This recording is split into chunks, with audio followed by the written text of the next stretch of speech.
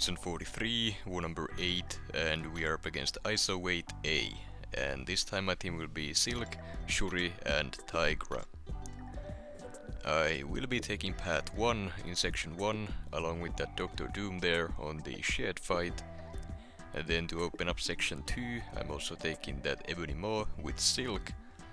In section 2 I'm taking path 7, and I was going to take that Galan, but we had another Tigra going the same way, and they got to it first. And then on the boss island I will be taking Attuma as well as Mangog there on the left side.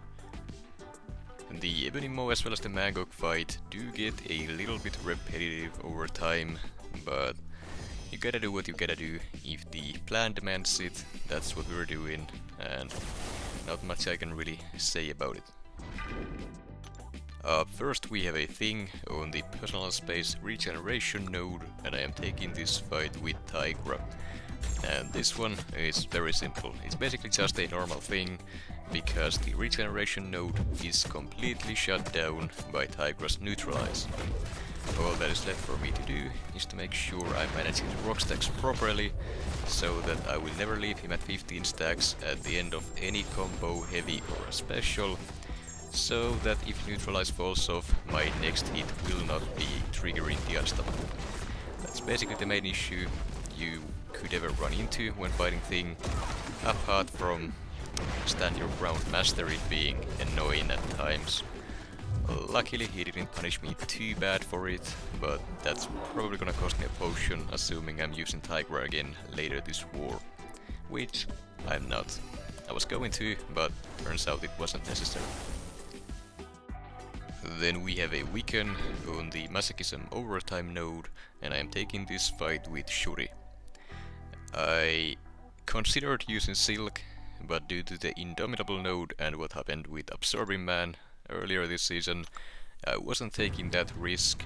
And Tigra also can do this fight, but if you parry even once on accident and get that neutralize on you, using just a single special attack will completely nuke you with the Incinerate debuffs that Wiccan deals whenever he neutralizes any buffs on the opponent.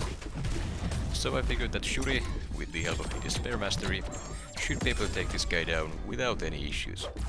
Since she stacks so many of those shock debuffs on the opponent, the healing on the opponent is completely shut down, and that means that the Masochism node won't do anything else but shrug off my parry or a shock debuff here and there. So after that, all is left is to just hit him until he dies, do the usual special 1 spam to get the guaranteed crits, and that's about it. I do need to watch out for his power a little bit, because of the armor buffs Shuri gains from the attack tactic whenever I knock down the opponent. But a single trigger of MD here and there, it's not gonna be a problem.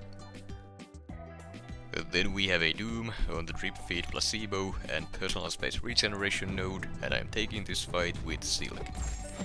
The idea here is that since Silk inflicts a non-damaging debuff on basically all of her attacks, it means that the Drip Feed Placebo timer there gets refreshed constantly, so I shouldn't have to worry about MD getting out of hand. Also, the slow debuff prevents Doom from triggering his aura, so baiting the special ones over and over is completely safe. I don't run a risk of getting any shock debuffs on me because of it, or him resisting any of my specials or heavies. Now, if the regeneration would get out of hand at some point in this fight, I would also be able to reverse it completely, meaning that, well, Silk is basically a perfect counter for this specific fight. Though there is, or at least was during the recording of this war, a bug with the Drip Feed Placebo node, where the Drip Feed Placebo node timer would not get reset if the opponent was stunned when they were inflicted by other non-damaging debuffs, but that is hopefully gonna get fixed soon, if it hasn't already. Then we have an Ebony Maw here on the Scared Stiff and Power Focus 2 nodes, and I am taking the fight with Silk once again. Game plan is to nuke the fight down with a special 2 or 2, and then just, well, spam those heavy attacks whenever possible to make sure he never triggers the falter, push and bait the special 2 so that he can't nullify any of those furies he gives you, and that's about it. The way I like to deal with the special 2 is to just completely rely on the auto evade. It will work, there is no risk of it failing here because there is no way for Maw to counter evade or shut it off due to ability accuracy reductions. So that is exactly what I do.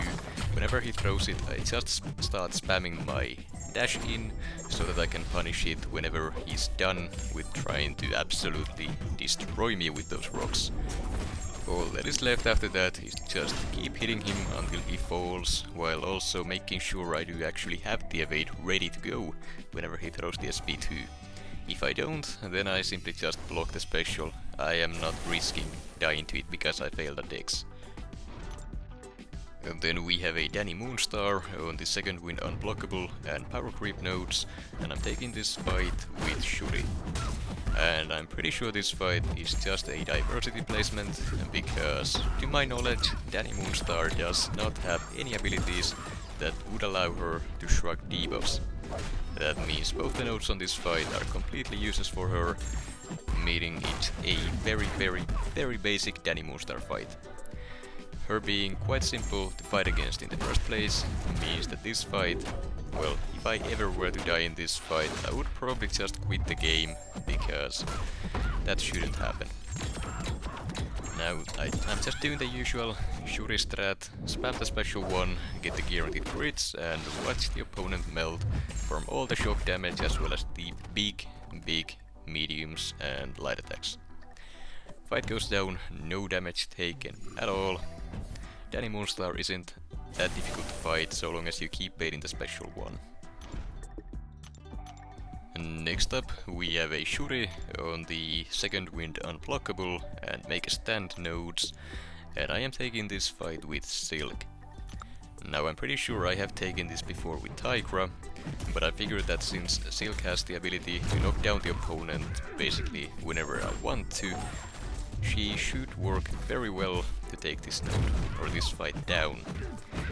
And while that's not exactly wrong, I kind of underestimated the amount of block damage I would be taking in this fight. Also didn't help that I ate a couple hits there at the start of the fight.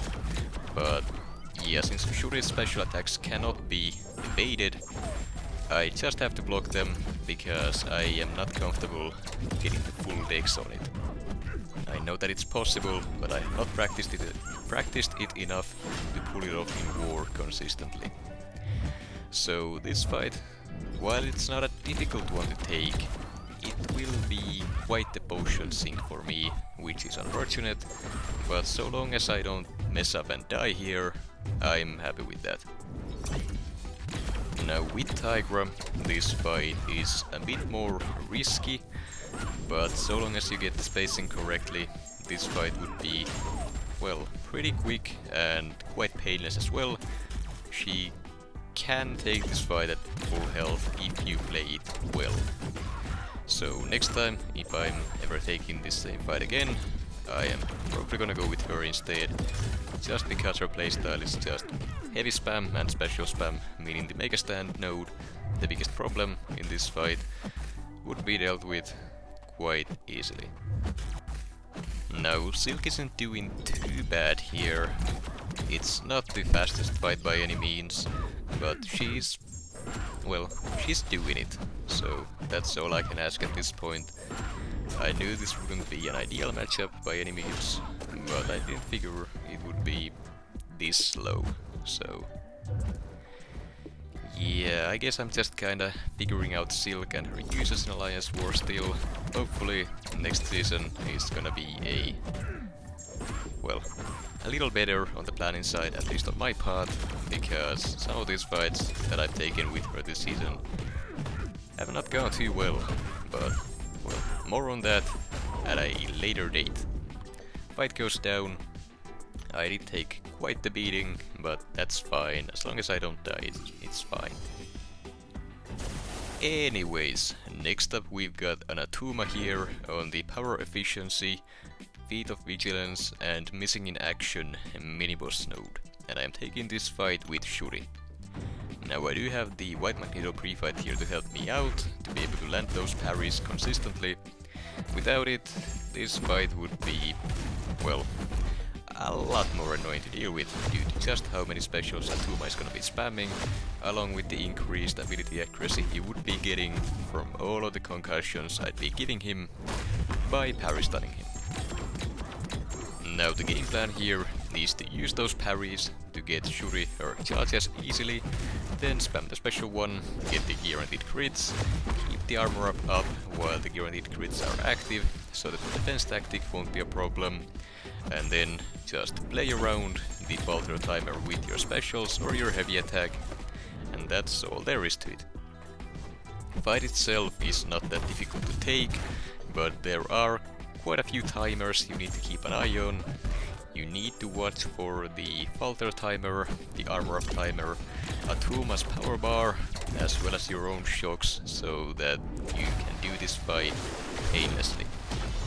Now at the very end here, I decided to show off a little, I guess, and I used Shuri's Untouchable there to deal with the special 2 and finished it with a heavy conversion so that the passive shocks would finish the job. Overall, I am very happy with how that fight went. But now then, on to the final fight of this war. We have yet another Mangog on the Aspect of Evolution miniboss node, and I am once again taking the fight with Silk. The game plan here is the same as always, just use the invulnerability boost, and then race to your special 3s. Doesn't matter who gets there first. Mangog, well, his special 3 does nothing special. It gives him a little bit of regen and that's about it, so the invulnerability boost will save you from the damage and it will just give you some power so that you can get your own special 3 afterwards. Now with the special 2 here, that's basically the biggest risk in this fight, since it is unblockable, but Silk's auto evade is more than enough to deal with that quite well. Once you get your special 3, you just throw it to get the passive stun on Mangog, then throw as many hits as you can during the passive stun, then chain your combo into a heavy, into a special, to get a big burst of damage.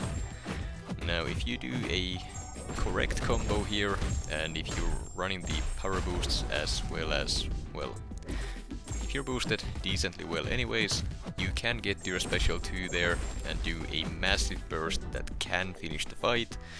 But if this is a beefy 7-star rank 2 Mangog like we have here, you probably need to go for 2 special 3s in this fight instead, which is fine.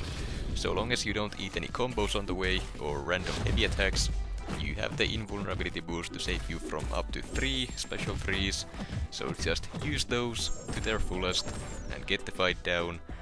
No need to do anything fancy. It might not be pretty, but it works, it is safe, and you don't need any synergies or pre-fights to be able to do this, meaning having Silk is very good for any planners that you might have. It will save them a headache at some point or another. Fight goes down, no issues, took a bit longer than I would have liked, but I can't complain. As for the results, we did end up winning the war 11-6. Not our best war, but I can't be mad at that. At least we didn't hit double digit this time around.